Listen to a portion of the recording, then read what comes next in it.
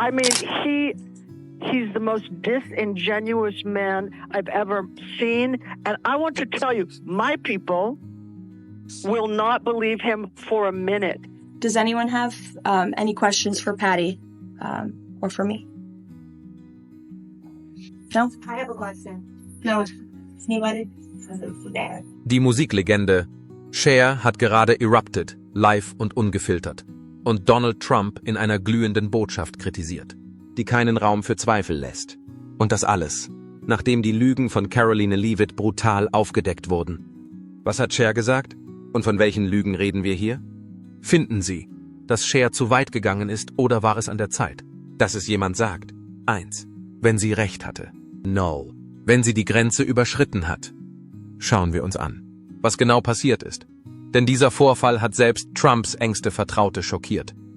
The people he will bring with him will put an end to any hope that women have of getting the rights that we had in Roe versus Wade. I believe they will put an end to any gay marriage. They will put an end to gay adoption. It's not going to hurt me. I'm 70. It's not going to do anything to me. It's going to do stuff to young people. And that really scares me and it really bothers me. Endlich hat es stattgefunden. Cher, die ewige Königin des Glitzers, der riesigen Perücken, der schillernden Jumpsuits und der Twitter-Tiraden, die so glühend sind, dass sie Stahlträger zum Schmelzen bringen könnten, hat sich zu Wort gemeldet. Darüber hinaus haben Donald Trumps Come-Overs seit ihrem Beginn keinen einzigen Moment der Ruhe erlebt.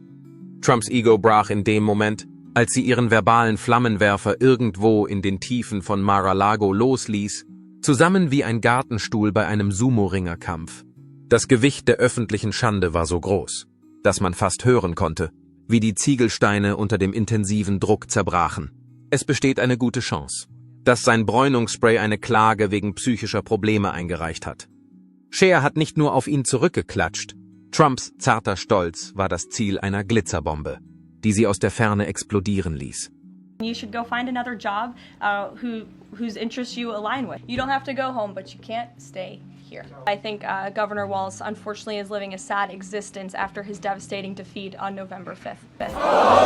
I'm shocked that he is speaking at nighttime. I thought his bedtime was much earlier. Caitlin, regarding not taking your follow-up, Philip, go ahead. Cher rief ihn nicht nur aus. Oh, nein. Sie entlud eine rhetorische Diskokugel der Wut, die direkt in den orangefarbenen Abgrund von Donald Trumps politischer Karriere stürzte. Es war ein brutaler, kompromissloser Schlagabtausch, mit dem niemand gerechnet hatte. Und raten Sie mal, wer in der Silvesternacht den Verstand verloren hat wie eine Konfettikanone im Baumarkt. Caroline Leavitt ist Trumps Pressesekretärin und Vollzeit-Mager-Hype-Lady. Die menschliche Version eines Trump-Stoßstangenaufklebers. Mit Wi-Fi. Das lächerliche Argumente ausspuckt und keine Selbsterkenntnis hat. Als ob ihr einziger Zweck darin bestünde, die physische Verkörperung des Slogans Make America Great Again zu sein. I understand how the people were so desperate to pick this man.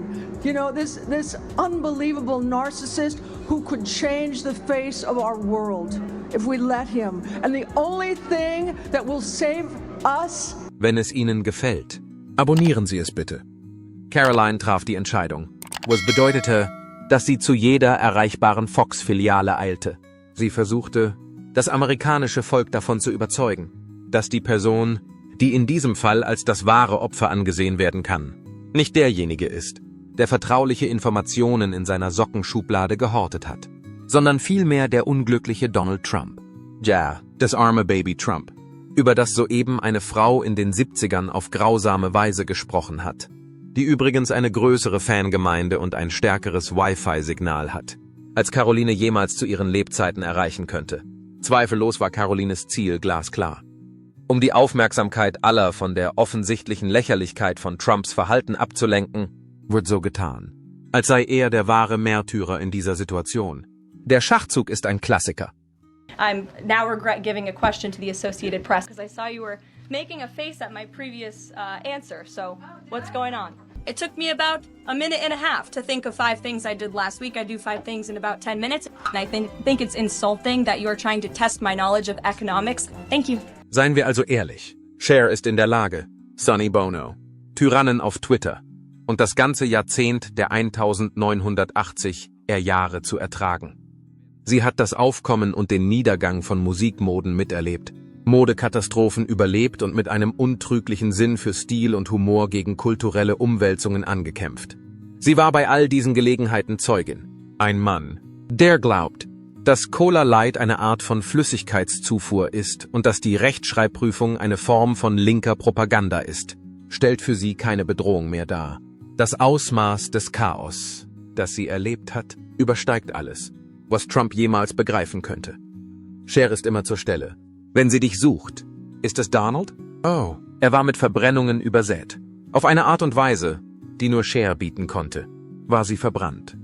Mit der Präzision einer Diva und der Kraft einer Legende gleichermaßen. I have to tell you something. If someone said that my daughter was a hot piece of ass, I would put my fist through his face. Someone who would bring down the country because he doesn't win does not deserve anything, deserves nothing. He deserves nothing. He does not deserve any kind of respect, loyalty. I don't think he has two moral fibers to rub together. Während all dies geschah, bestand Carolines Vorstellung von einem Machtspiel darin, auf Newsmax einen Wutanfall zu bekommen, während sie ein Foto von Trump in der Hand hielt, als wäre es eine unbezahlbare Reliquie und nicht nur ein schlecht ausgeleuchtetes Werbefoto von einem bankrotten Casino-Kalender. Als die Würde des Fotos in Frage gestellt wurde, um einen Ausbruch zur Hauptsendezeit zu ermöglichen, konnte man fast den leisen Aufschrei des Fotos hören. Während sie schimpfte, behauptete sie, dass die Aussagen von Cher ein Angriff auf das amerikanische Volk seien. In der Sprache von MAGA bedeutet das, dass jemand die Gefühle meines Chefs verletzt hat, und jetzt muss ich im nationalen Fernsehen darüber schreien, bevor ich mich wieder in meinen nächsten Wahrheitspost zurückziehe. Die Strategie ist jedes Mal dieselbe. Erzeuge ein aufmerksamkeitsstarkes Spektakel. Verwende ein paar Schlüsselwörter und hoffe, dass die Empörungsmaschine immer mehr Wut produziert. Um ehrlich zu sein, ist es so, als würde ein Kind im Süßigkeitenregal einen Nervenzusammenbruch erleiden, nur dass die Süßigkeiten diesmal aus aufgewärmtem politischen Jargon und einer großen Portion Verzweiflung bestehen. Es ist möglich, dass die Leute vergessen, dass ihr Argument so schwach ist wie das Papier, auf dem es gedruckt wurde, wenn sie laut genug schreien und mit dem Foto von Trump herumfuchteln. Does the president feel that he was misled by his national security advisors, whoever it was that told him there was no classified information in there, now that he's seen these messages? I've now been asked and answered this question 3 times by the both of you, and I've given you my answer. The president feels the same today as he did yesterday. Andererseits sollten wir für einen Moment einen Schritt zurücktreten, denn Chers brillanter Takedown kam nicht aus heiterem Himmel. Donald tat zum Erstaunen aller das, was er am besten kann. Und das war der Funke, der alles ins Rollen brachte. Er machte sich vor den Augen anderer zum Affen. Während dieses Auftritts sprach er auf der Bühne wie eine schlecht funktionierende Alexa, abwechselnd in völligem Kauderwelsch und mit einer grenzwertigen Inkohärenz, indem er brandneue Silben kreierte und den Iran mit Ikea verwechselte. Gelang es ihm, die Hälfte der Weltbevölkerung zu missachten. Darüber hinaus sollten wir nicht übersehen, dass er in typischer Trump-Manier die Zeit gefunden hat, mit einem Bürgerkrieg zu drohen, falls er die nächsten Wahlen nicht gewinnt, da nichts darauf hindeutet, dass ich ein großer Befürworter der Demokratie bin, empfehle ich, alles zu zerstören, falls ihm seine wertvollen Sonnenbankrechte entzogen werden. Sollte ich sagen, dass Trump ein Klassiker ist? Die Menschen glauben immer noch, dass er der brillante Führer ist, auf den wir alle gewartet haben, obwohl es so scheint, als ob er nur willkürliche Sätze aus dem Hut zieht und sie an eine Wand wirft. Ehrlich gesagt ist es jedoch nichts anderes als die gleiche langweilige Theatralik und Täuschung, verpackt in einer nicht gerade glänzenden Verpackung. Es scheint, als ob er versucht, eine Zirkusvorstellung zu machen. Aber er hat seine Nummer vergessen. I will be the greatest jobs president that God ever created. I tell you that. Well, you know, I have to admit that I appreciate your directness, Donald. And I will try and be as direct and honest with you as I possibly can be. I am positive that you are the most unattractive man I have ever met in my entire life. Cher hatte zweifelsohne ihre Grenzen erreicht. Nach der Veröffentlichung eines einzigen Tweets sah es so aus, als ob der Vesuv auf dem Trump Tower ausgebrochen wäre. Mit der ganzen Frechheit einer Diva und ohne die rechtlichen Verpflichtungen eines ehemaligen Präsidenten ließ Cher es krachen. Sie hat keine rechtlichen Verpflichtungen. Die Führung von Trump wurde von ihr herumgeschleppt, als wäre sie ein Abstellregal bei Ross. Sie sind unzureichend qualifiziert, falsch beschriftet und höchstwahrscheinlich mit falschen Goldverzierungen versehen. Das Team von Präsident Trump war ratlos, was es tun sollte. Das war Cher, obwohl sie es oft gewohnt sind, mit Late-Night-Comedians oder gelangweilten Journalisten zu tun zu haben. Cher kann man nicht einfach abtun. Es ist beleidigend, sie als Handlangerin der Demokraten zu bezeichnen. Ihre Existenz geht auf die Nixon-Ära zurück. Und es ist sehr wahrscheinlich, dass sie immer noch im Besitz von Belegen ist. Machen Sie sich nicht über ihr Aussehen lustig. In erster Linie wird sie es besser machen. Und du wirst nicht in der Lage sein, sie in irgendeiner Weise zu übertrumpfen. Bevor es so etwas wie Twitter überhaupt gab, hat diese Frau das Konzept der Twitter-Wut entwickelt. Aber keine Sorge, Caroline Leavitt, die auf Abruf bereitstand, war darauf vorbereitet, die Sache wie ein Fahrgeschäft zu drehen, das von jemandem betrieben wird, der keinen Sinn für Tiefenwahrnehmung hat. Es ist reich, dass sie Hass verbreiten und versuchen, die Vereinigten Staaten von Amerika zu spalten, sagt sie. Diese Aussage stammt von dem Sprecher der Person, die versucht hat, die Vereinigten Staaten von Amerika zu spalten, indem sie mit einem Sharpie auf eine Hurricane-Karte schrieb. The Democrat Party has been completely captivated by these far-left lunatics. And I'm not sure which Democrat on Capitol Hill is going to stand up and be the sensible voice, but I won't hold my breath, and best of luck to them if one chooses to stand up. They are enjoying their lowest approval rating ever because this is who they are trying to represent. These far-left activists who don't stand for anything. They only stand against Donald Trump. And they hate, as you just heard from that one individual who wished death upon the President of the United States. Ein Beispiel für die Art von Loyalität, die man nur bei Golden Retrievern und denjenigen findet, die versuchen, bis zur nächsten Anklageerhebung beschäftigt zu bleiben. In der Zeit, in der sie aktiv für einen Mann arbeitete, der in einem Turm aus physischem Gold lebte und einmal versuchte, Grönland zu kaufen, als wäre es ein Groupon-Schnäppchen, trat sie auf jedem Kanal auf, den sie finden konnte, klammerte sich an ihre Perlen und schimpfte über prominente Eliten.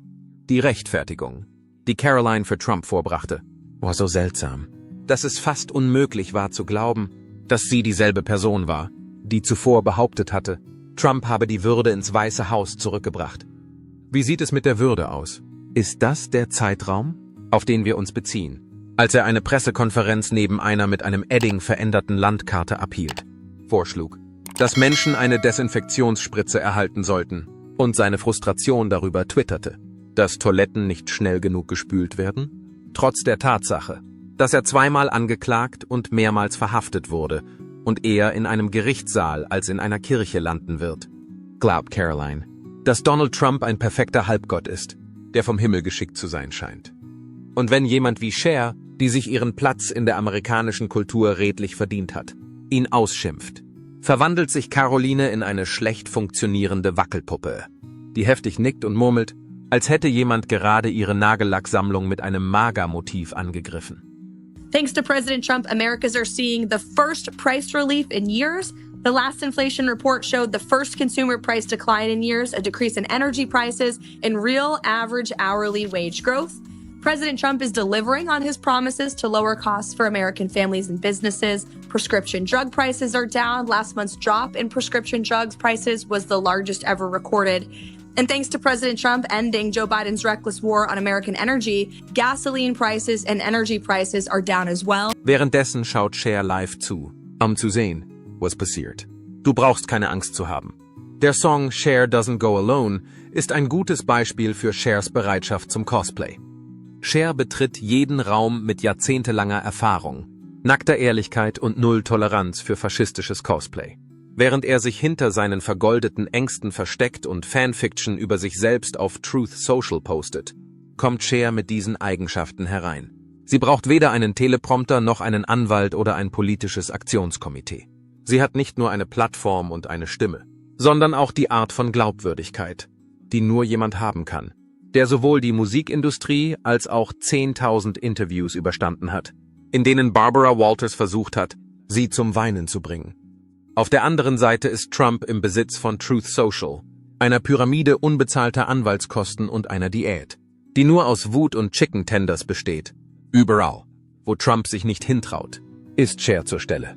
Sie hat nicht nur die Fähigkeit, eine Aussage zu Ende zu bringen, ohne sich selbst zu kompromittieren, sondern besitzt auch Realität, Weisheit und Anstand. Cher ist damit beschäftigt, den gesamten Trump-Zirkus an den Pranger zu stellen. Vom Anführer der Orange Foundation bis hin zu den Clowns mit Magerhüten, die mit Vorladungen jonglieren. Dies geschieht, während Trump seine Tage damit verbringt, in Großbuchstaben über Windmühlen und Toiletten zu twittern. Auf die Frage, hat ihr Mandant einen Putschversuch unternommen, weicht sie den Fakten nicht aus, wie es seine Anwälte immer tun. Mit Hintergrundgesang und Feuerwerk schreit sie es einfach mit voller Intensität heraus, bis sie ihren Höhepunkt erreicht. Intellectually retarded, you're morally reprehensible, vulgar, insensitive, selfish, stupid, you have no taste, a lousy sense of humor, and you smell. You're not even interesting enough to make me sick. Cher spielt derzeit Konzerte, die restlos ausverkauft sind, und macht sich über alle Mitglieder der Trump-Administration lustig, die im Grunde eine schreckliche Coverband der Demokratie war. Sie ist in der Lage, die Ausstrahlung einer Geisterpuppe zu durchschauen, die Jared Kushner ausstrahlt.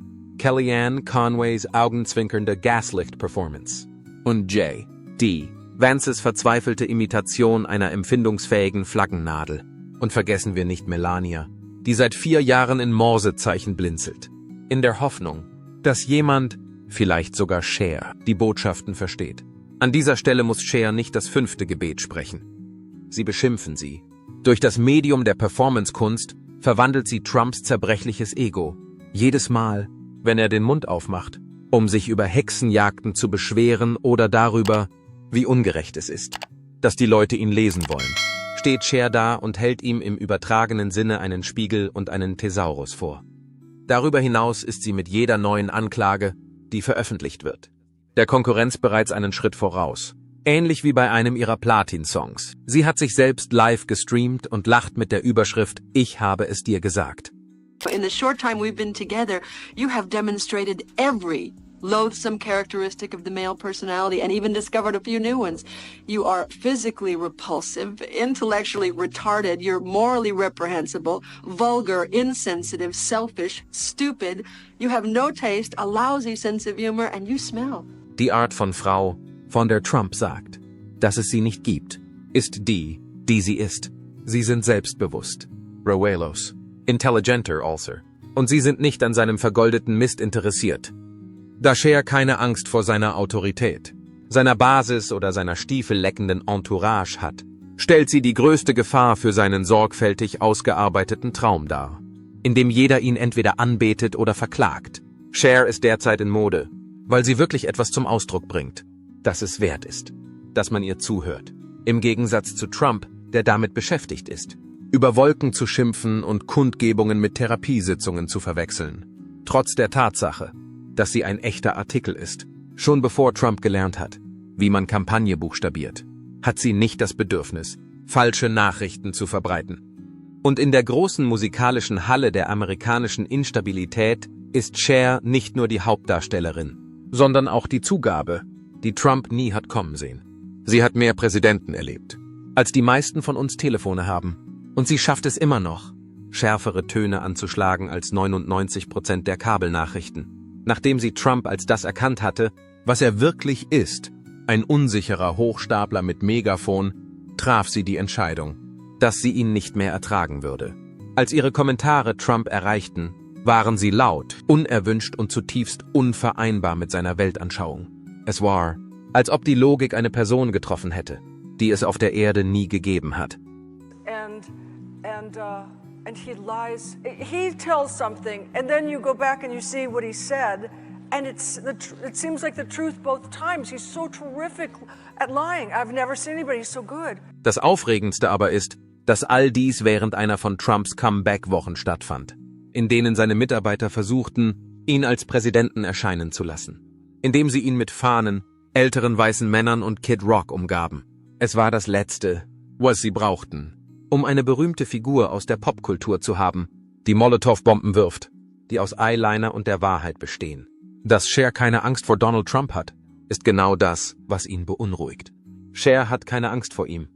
Sie braucht kein politisches Aktionskomitee, kein Anwaltsteam und keinen gut vorbereiteten Teleprompter. Sie hat eine Stimme, die die Kakophonie durchbricht. Eine Plattform, die sie selbst entwickelt hat. Und die Art von Ruf, die man nur nach jahrzehntelanger Arbeit in der fiesen und hinterhältigen Welt der Musikindustrie erreicht. Sie ist mit etwas ausgestattet, das eine weitaus größere Bedrohung darstellt.